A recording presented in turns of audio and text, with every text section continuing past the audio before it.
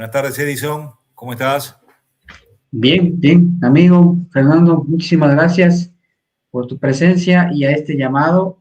Amigos, bienvenidos a este programa especial de COP y el Ojo que solemos siempre hacerlo justamente para analizar ciertos eventos que se van sucediendo y en este caso pues hablar de mi país, de Ecuador, y obviamente también algo de lo que está pasando y trascendiendo en América Latina, en nuestra región. Hoy hay asesinatos, obviamente, que buscan eliminar a una persona, pero existen otros que pretenden algo más, ¿no es cierto? Alterar lealtades, provocar represalias, intimidar represarios y demostrar de alguna manera que ningún espacio es completamente seguro.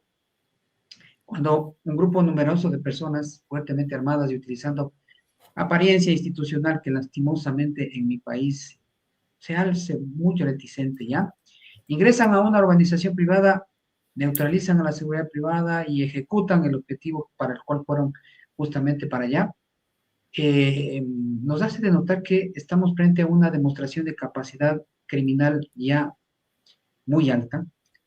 Y la pregunta central sería, en este caso, ¿qué mensaje quisieron enviar y a quién iba dirigido? En este contexto, como dije al inicio, pues acudí a Fernando Bocotti, un especialista en este tema y especialmente considerando dos eventos. El primero, justo un artículo que él muy inteligentemente lo realizó y lo subió considerando justamente este evento que sucedió el 12 de julio del 2026 y dirigido hacia David Gabriel Macías Villamar, hermano de José Adolfo Macías Villamar, alias Pito, y obviamente este manejo y este conocimiento del tema que él lo tiene específicamente ya muy bien identificado. En este contexto, mi estimado Fernando, yendo ya hacia el meollo mismo del asunto, en tu artículo sostienes que no estamos frente a un homicidio convencional, sino ante una ejecución con características de operación comando. Desde el punto de vista estrictamente técnico, amigo, ¿qué elementos del ataque permiten identificar esta planificación, inteligencia previa y coordinación operacional de la que tú indicas? Gracias, Edison. Ecuador nos trae permanentemente a tener programas sobre estos temas. Yo pienso que hoy las organizaciones criminales ya no buscan únicamente controlar mercados ilegales, buscan controlar comportamientos y para controlar comportamientos utilizan la violencia como un lenguaje de poder. Y la verdad que cuando uno analiza técnicamente el ataque, aparecen varios indicadores que difícilmente corresponden a un homicidio improvisado, como es este caso. Primero, hubo inteligencia previa, es decir, los atacantes conocían perfectamente la rutina, el lugar y el momento adecuado para actuar. Segundo, existió planificación operativa, como bien ya lo dijiste. No solamente llegaron armados, llegaron con un dispositivo preparado para garantizar el éxito de la misión. Tercero, hubo coordinación entre varios participantes, con distribución de funciones o tareas, algo característico de este tipo de operaciones muy organizadas. Y cuarto, el nivel de violencia empleado no busca únicamente matar, busca asegurarse de que el mensaje fuera imposible de ignorar. Cuando estos elementos aparecen juntos, estamos mucho más cerca de una operación comando ejecutada por una organización criminal que de un homicidio convencional. Y me gustaría mencionar los puntos así que me dan la idea de que esto fue una operación comando, porque a esta altura ya no lo duda nadie. Primero, así, tips, ¿no? Ingreso mediante engaño. ¿Cómo ingresaron? Como bien vos lo dijiste, al barrio privado. Y lo que me extraña es que hubiera tan poca vigilancia en el barrio privado, lo podemos hablar en unos minutos. Segundo, neutralización inicial del perímetro, que la verdad era nada más que neutralizar a un guardia de seguridad, aparentemente debido a la información que hay. Tercero, fuerza suficiente para garantizar el éxito. De acuerdo a varias fuentes de información, esta operación fue conducida por entre 10 y 20 personas, más los que están aparte detrás del operativo en materia de comunicaciones y demás. Movilidad planificada. Intervino una Kia Sportage, otro vehículo sin placas, al menos una motocicleta más. Es decir, que tenían suficientes medios para entrar y para salir. Conocimiento muy preciso del objetivo. Esto lo hablamos con lo de la inteligencia previa. Y lo último, una violencia absolutamente desproporcionada que habla de la sobreletalidad, de una firma criminal, y ahora después vamos a hablar de eso también, de la firma criminal, el mensaje intimidatorio, y la verdad que sin ningún tipo de interés de robo, porque toda la operación ha estado orientada exclusivamente a localizar, ejecutar y retirarse. Típica operación militar o paramilitar. Eso refuerza la hipótesis de una misión con un objetivo previamente definido y diseñada para producir un impacto psicológico. Una operación comando, Edison. Sí, aquí viene también esta segunda parte de la que había comentado en esta breve introducción. Inicialmente el caso que se hizo viral inmediatamente, obviamente por como tú estás diciendo, ¿no? Y por la violencia que generó, fue presentado como un asesinato al hermano de Fito, ¿no? Pero la policía sostiene, obviamente ya posteriormente a ello y después del análisis obviamente que se realizó, que David Macías no es solamente un allegado a Fito, ¿no? Ya que es un personaje también que ha tenido y ha generado influencia dentro de los choneros y que dirigía una estructura con presencia en Manabí. Entonces, amigo Fernando, el objetivo era golpear emocionalmente y simbólicamente a Fito o eliminar un actor operativo de los choneros y de esta manera conseguir ambas cosas al mismo tiempo y de pronto, como se está viendo también en las noticias y se está haciendo un análisis, dar el golpe de gracia a los choneros. Muy buena pregunta, Edison. Probablemente ambos. Eliminar a un operador importante de los choneros produce un efecto operativo inmediato. Pero asesinar al hermano de Fito tiene además un enorme valor simbólico. Las organizaciones criminales entienden perfectamente el poder de los símbolos. No solamente eliminan personas, debilitan liderazgo, como quisieron o pretenden hacer en este caso. Rompen la percepción de invulnerabilidad, muy importante. Generan desconfianza dentro de la organización propia, porque nadie sabe quién fue que los vendió, si los vendieron, cómo se llegó con tal grado de certeza al lugar donde estaba el hermano de Fito, ¿verdad? David. Y además envían un mensaje que dice, nadie está protegido. En este tipo de guerra híbrida, destruir la moral del adversario puede ser tan importante como destruir sus capacidades. Me parece que lo que estamos viendo y lo que vimos en Olón, que creo que no va a ser lo último que vamos a ver, no fue únicamente un asesinato, fue una demostración de capacidades. Las organizaciones criminales modernas, Edison, ya no buscan solamente eliminar a las personas, buscan demostrar que pueden planificar, infiltrarse, controlar el escenario y retirarse con impunidad. Eso también es una forma de ejercer poder. Esta operación, como ya dijimos, fue ejercida en 5 fases, utilizando un lenguaje puramente doctrinario. Inteligencia previa, aproximación encubierta, aislamiento del objetivo y acción directa.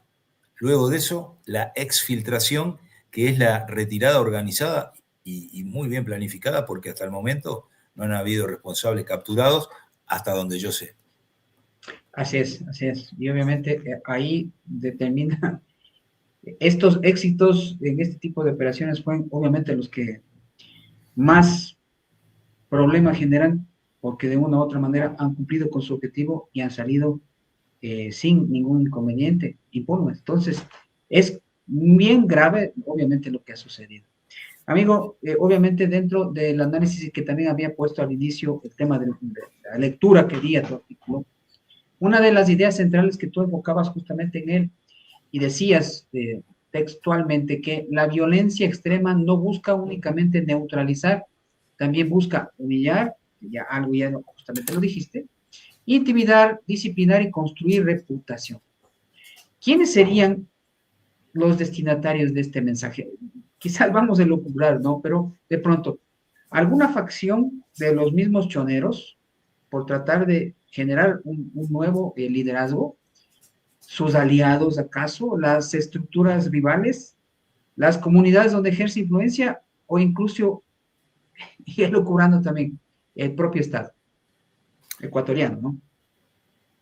Edison, estamos hablando de un tema que yo diría que es la violencia como comunicación.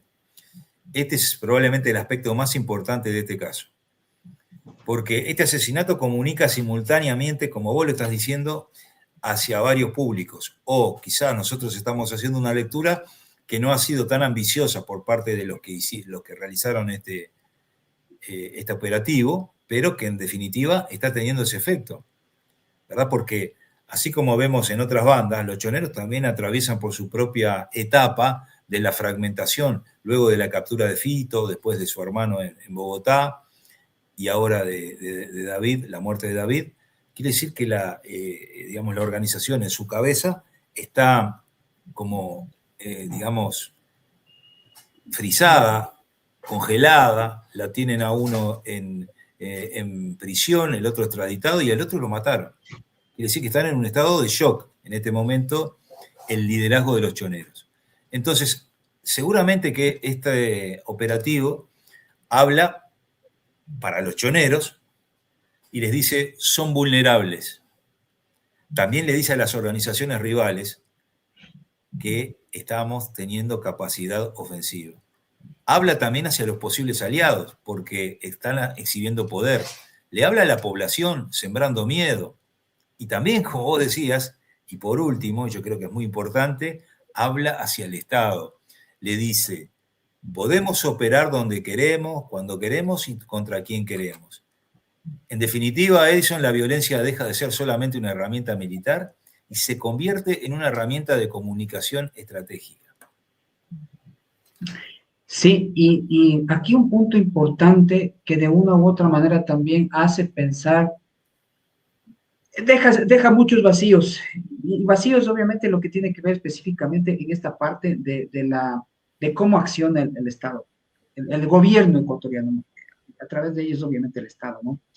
Es a 2 días de esto, el presidente Noboa establece el plan de seguridad que fija como prioridad neutralizar a grupos armados organizados. Un documento con más de 200 hojas que dejan muchas dudas en lo que tiene que ver justamente cómo está establecido.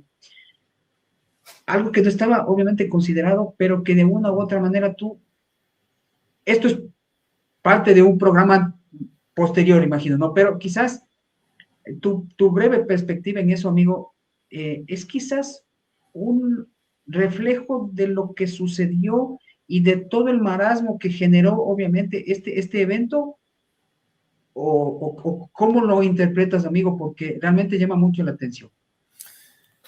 Mira, Edison, evidentemente llama la atención, pero un plan de estas características no se hace de un día para el otro, ¿verdad? Claro. Esto se viene tejiendo, se viene escribiendo, planificando y siendo objeto de estudio desde hace rato ya. Recuerdo la operación Ataque Total, por ejemplo, que exigió una preparación previa importante, aquello de atacar a las mafias de la minería ilegal o criminal, el apoyo de Estados Unidos con equipamiento y personal militar e inteligencia militar. Es decir, esto no se hace de un día para el otro. Nosotros sabemos, por experiencia propia, que estas operaciones demandan, sobre todo en la parte logística, demandan una cantidad de sacrificios y una cantidad de trabajo previo, sobre todo en la planificación. Pero, yo lo pondría al revés.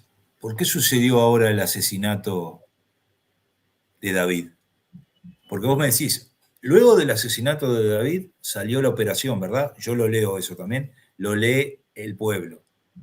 Y si alguien de las bandas criminales tiene gente infiltrada en posiciones del gobierno y tenían conocimiento de que se iba a publicar este tipo de operación y decidieron mandarle un mensaje al gobierno previo, decirle, miren de lo que somos capaces. Así Porque en es. este tipo de guerras no hay que dejar nada librado al azar, Edison. ¿Se entiende? Entonces, Es, bueno, sí, es un punto muy importante que acabas de topar y obviamente quizás lo hice a propósito porque hay gente que reacciona de esa manera y no ve un poquito más allá y solo se para a discutir y a irse en contra justamente de lo que tú acabas de mencionar.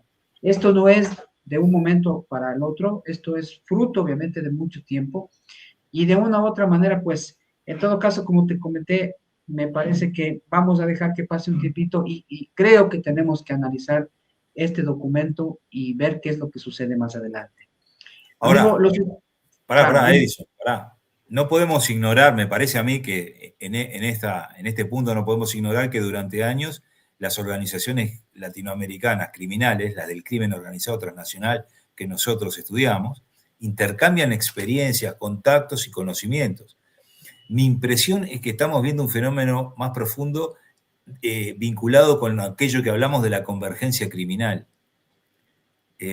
Organizaciones distintas se enfrentan problemas similares y terminan desarrollando soluciones muy parecidas. Eso explica, entre otras cosas, por qué observamos estas tácticas, estas mismas, en México, sobre todo, Claro, en Colombia y en Brasil.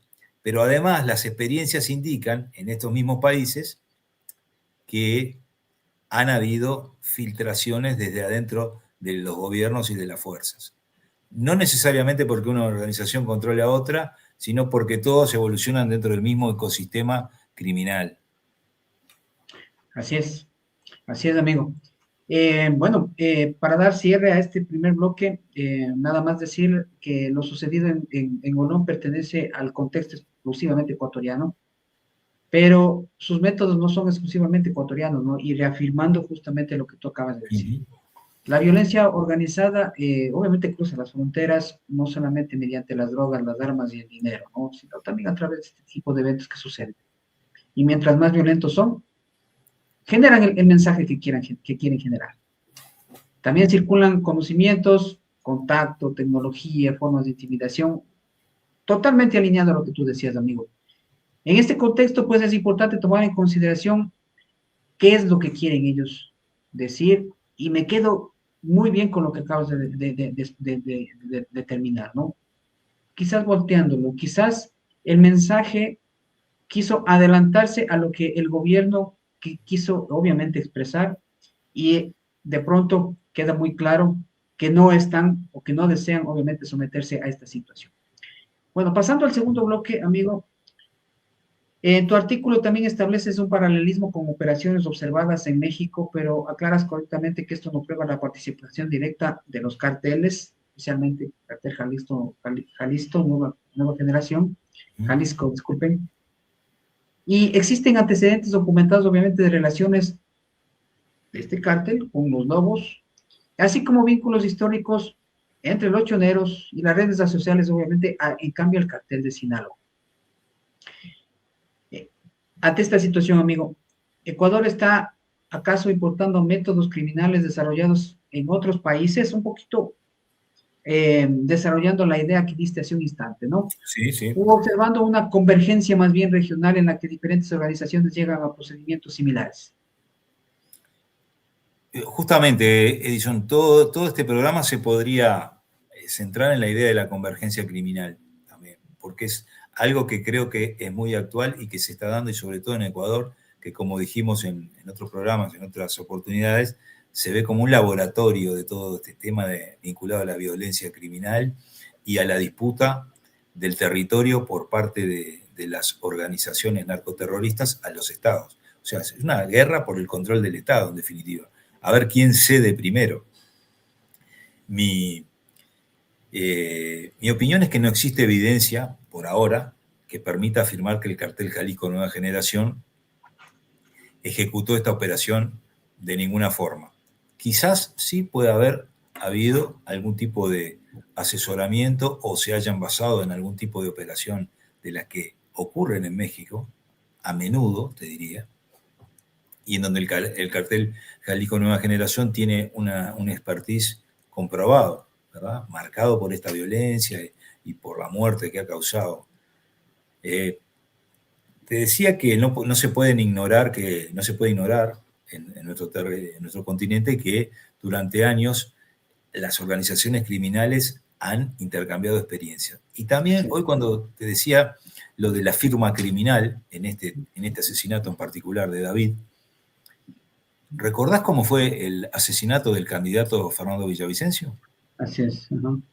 ¿Recordás cuántos disparos tenía? Más de 40 Edison. ¿Te acordás la ejecución? Está filmado, ¿no? Sí. La firma criminal, como yo digo, la firma criminal, están pasando un mensaje, están diciendo somos nosotros. ¿Quiénes? ¿Verdad? ¿Quiénes son? Pero son los mismos. Edison son los mismos. Porque hay una firma criminal detrás de cada uno de estos atentados. Entonces, acá vemos en este aspecto de la convergencia criminal un fenómeno que puede estar marcado porque organizaciones imitan a otras o buscan soluciones, entre comillas, parecidas. Es decir, tenemos que solucionar este tema con los choneros y eliminar a los cabezas, a los cabecillas. ¿Cómo hacemos? A ver, ¿qué hizo el cartel Jalisco Nueva Generación? ¿Qué hizo el cartel de Sinaloa para sacarse de arriba a X personas? ¿Verdad? ¿Qué hizo la familia michoacana para obtener tal cosa? ¿Qué hizo el ELN para estar donde está posicionado en la franja allá del norte de Colombia, entre Colombia y Venezuela? Todo esto se sabe, hoy por hoy hay mucha interconexión. Entonces yo pienso que está ocurriendo eso. No necesariamente, además, ya te lo decía, porque una organización controle a otra, sino porque todas evolucionan dentro del mismo ecosistema criminal regional. Así lo veo. Sí, y esto quizás lo más grave y lo más que debe causar mucho más, de alguna manera, temor justamente por cómo está concebido. Entonces, amigo, dejando atrás estos modelos clásicos y justamente de lo que estamos hablando y a dónde estamos ingresando, quizás estamos entrando en una etapa de redes fragmentadas, adaptables y ya policriminales. Bueno, sin duda que me parece que estamos dejando atrás el modelo clásico de estas organizaciones, porque recordá cuando hablamos de las diferentes olas de crimen organizado, la primera, la segunda, y estamos viviendo lo que sería la cuarta ola. Esta ola está caracterizada por varios aspectos. Uno es el tecnológico, otro es la gran violencia utilizada. La imagen tradicional del gran cártel jerárquico explica cada vez menos, o sea, desapareció aquello del gran cártel jerárquico porque hoy incluso los líderes tratan de tener perfil bajo, porque han visto cómo terminan los líderes de alto perfil. Entonces hoy están bajando sus perfiles. Las redes criminales hoy por hoy son extremadamente flexibles, diversifican actividades y el cartel Jalisco Nueva Generación particularmente es un ejemplo de ello, de la flexibilidad, aquello de trabajar con el estilo de la franquicia, ¿te acordás? Que a veces se le adjudicaban operaciones en otros países en donde ni siquiera tenían gente de ellos. ¿Sí? ¿Por qué? Porque en otros países adoptaban las tácticas, técnicas y procedimientos del cartel Jalisco Nueva Generación y decían, yo me identifico con el cartel Jalisco Nueva Generación. ¿Verdad? Eso está replicado de una doctrina de organizaciones terroristas como Al-Qaeda y como el ISIS, que a lo largo de su historia han aceptado que combatientes individuales u organizaciones menores utilicen sus tácticas, técnicas y procedimientos sin ser parte de ellos orgánica, inclusive sus banderas, y que reivindiquen sus preceptos o sus principios. Y bueno, todo eso se ha trasladado al ámbito criminal de las bandas. Es decir, estas bandas combinan narcotráfico con minería ilegal, con trata, con extorsión, con tráfico de armas, con lavado de activos y con corrupción. ¿Y qué hace, por ejemplo, el ELN en Colombia y Venezuela.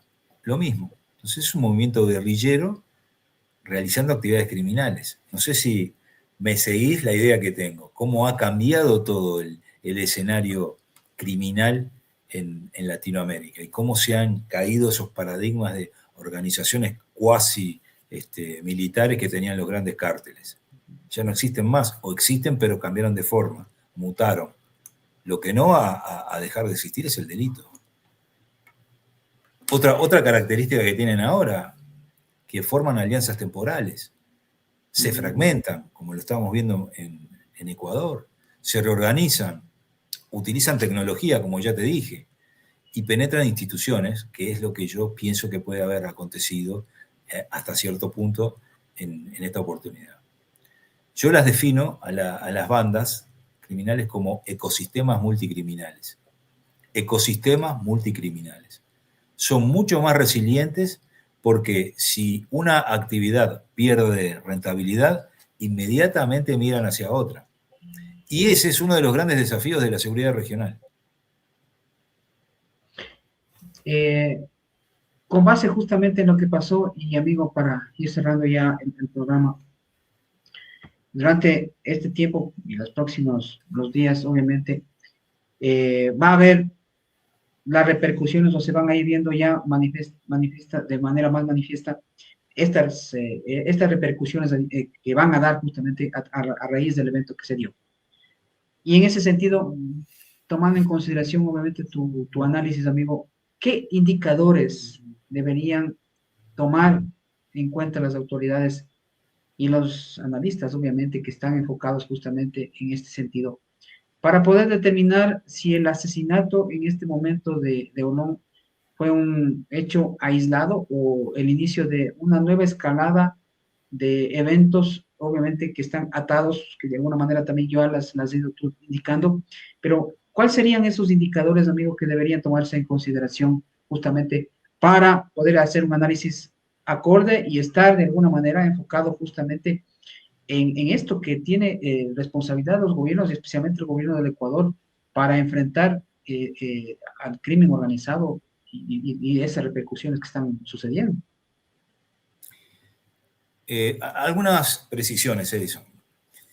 Estamos viendo desde el año pasado, te diría desde noviembre del año pasado aproximadamente, una gran caída de líderes de narcotráfico y de bandas criminales en toda Latinoamérica, incluyo también, por supuesto, dentro del concepto a Centroamérica, y pienso que se está dando como un recambio generacional de los liderazgos de las bandas criminales, que viene en conjunto con una nueva estética de liderazgo y una nueva forma de conducir las bandas.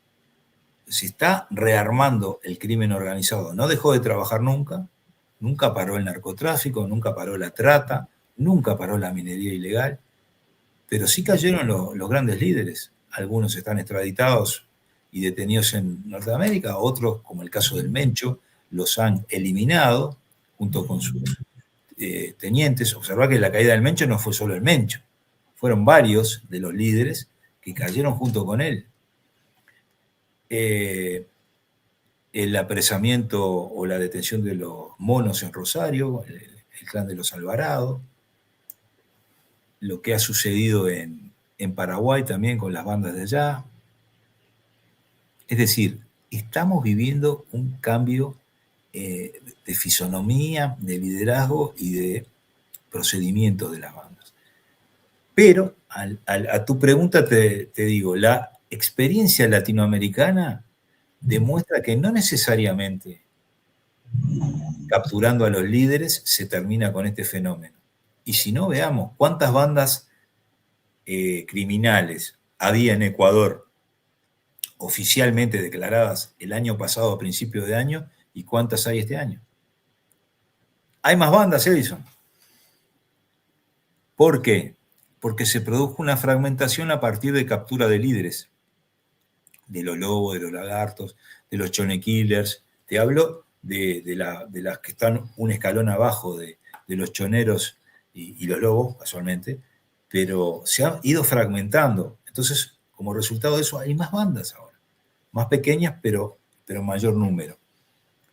Entonces, capturar o eliminar a un líder puede afectar a la organización, sí, la puede afectar, pero también puede abrir una competencia por el poder, lo cual es peligroso. Y creo que esto que pasó ahora puede ser también un síntoma de eso que te acabo de decir. Esa competencia, además, suele expresarse siempre mediante más violencia. Se ha visto en México, se ha visto en Colombia, se ha visto en Brasil con todos los operativos que han tratado de disminuir las capacidades del PCC, y lo único que han logrado es que el PCC esté cada vez más fuerte y más fragmentado. Entonces Ecuador podría enfrentar un fenómeno similar. Por eso hoy el éxito no puede medirse únicamente por la cantidad de capturas. Me parece que eso es muy negativo.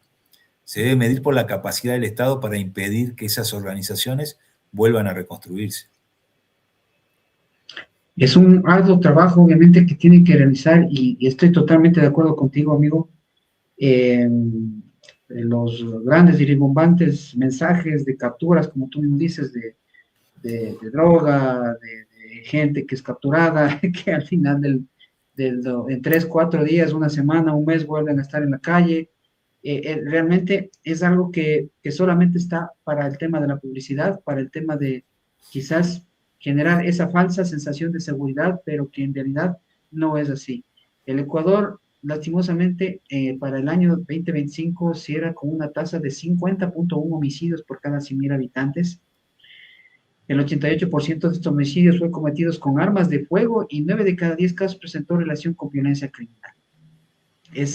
Son números muy comprometedores y que de una u otra manera, pues, deja al ojo esta falta, obviamente, de este compromiso que debe existir por parte del gobierno, y más que compromiso, yo diría esta falta de